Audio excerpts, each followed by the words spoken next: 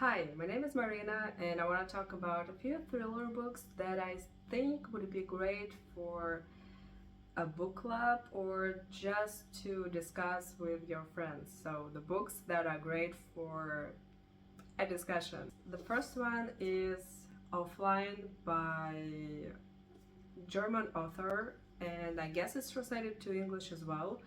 Well, I read it in Russian because I'm from Russia. This is the story about a group of people who go to the mountains in the Alps, somewhere pretty remote, for a digital detox for 5 days. So no phones, no computers, no connection to the outside world. And they get caught in a snowstorm, of course. So they can't get out of there even if they wanted to. But someone starts doing some horrible things. I'm gonna call that person a killer, even though that person doesn't kill, but kind of. So, like on the next day, they find one of them being extremely mutilated. The eyes are burned, something is done to the ears so they can hear. The tongue cut off, and they paralyzed below the neck so they can move. The only movement they can do is like this with their head, and that's it.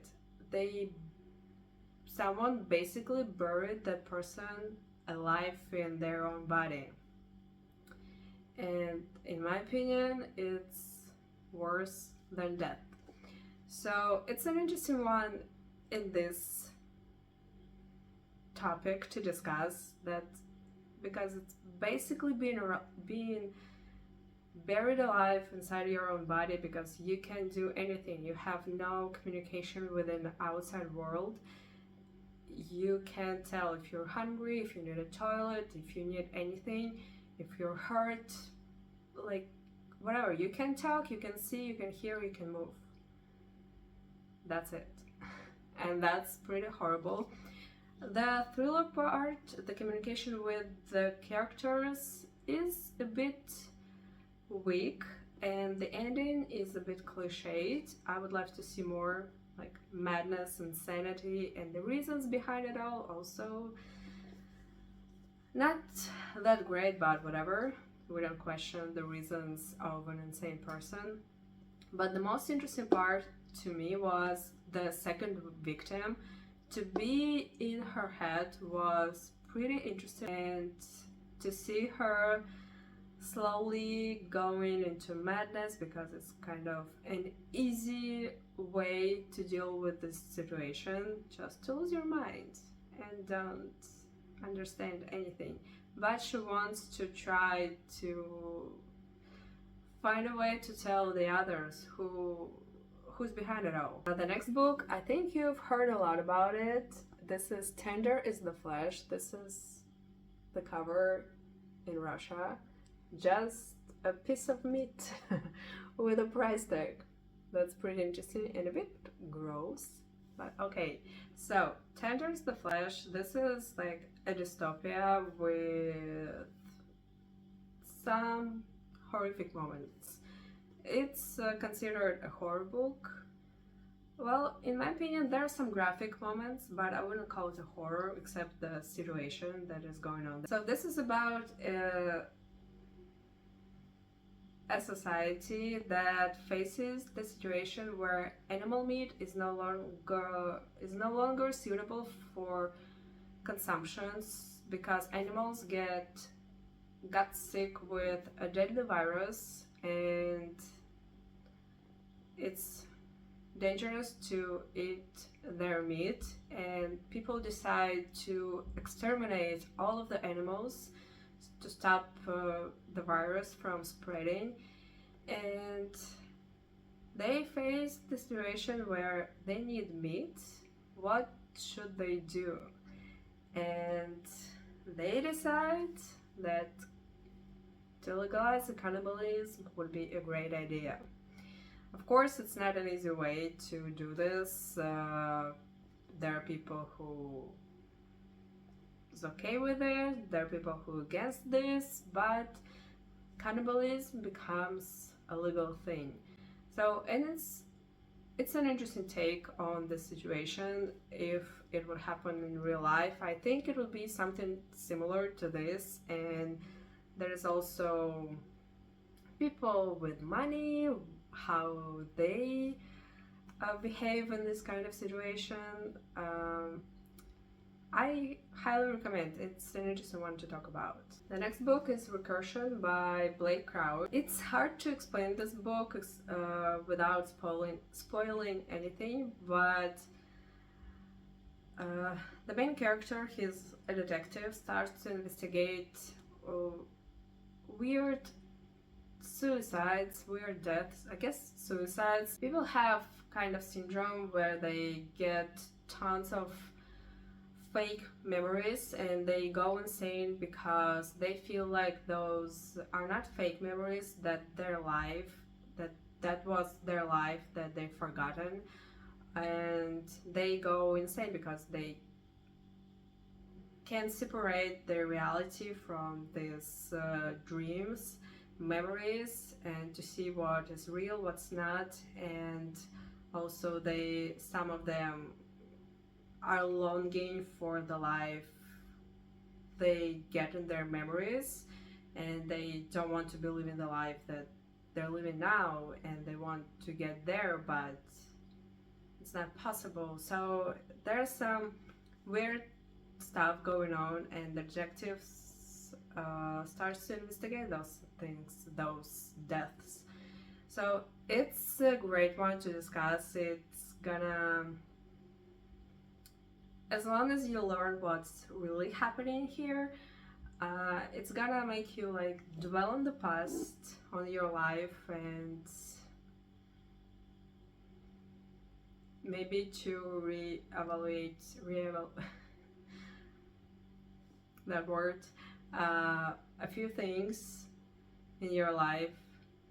And I like, so it could be an interesting one to discuss, especially probably with your friends, close friends, maybe with your loved ones, maybe in your book club. just give it a chance. It's a good one. Another book, I don't have it physically, is The Chain.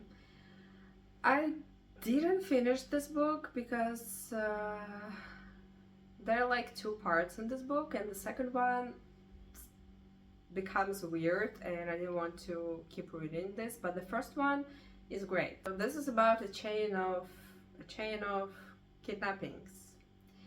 So a family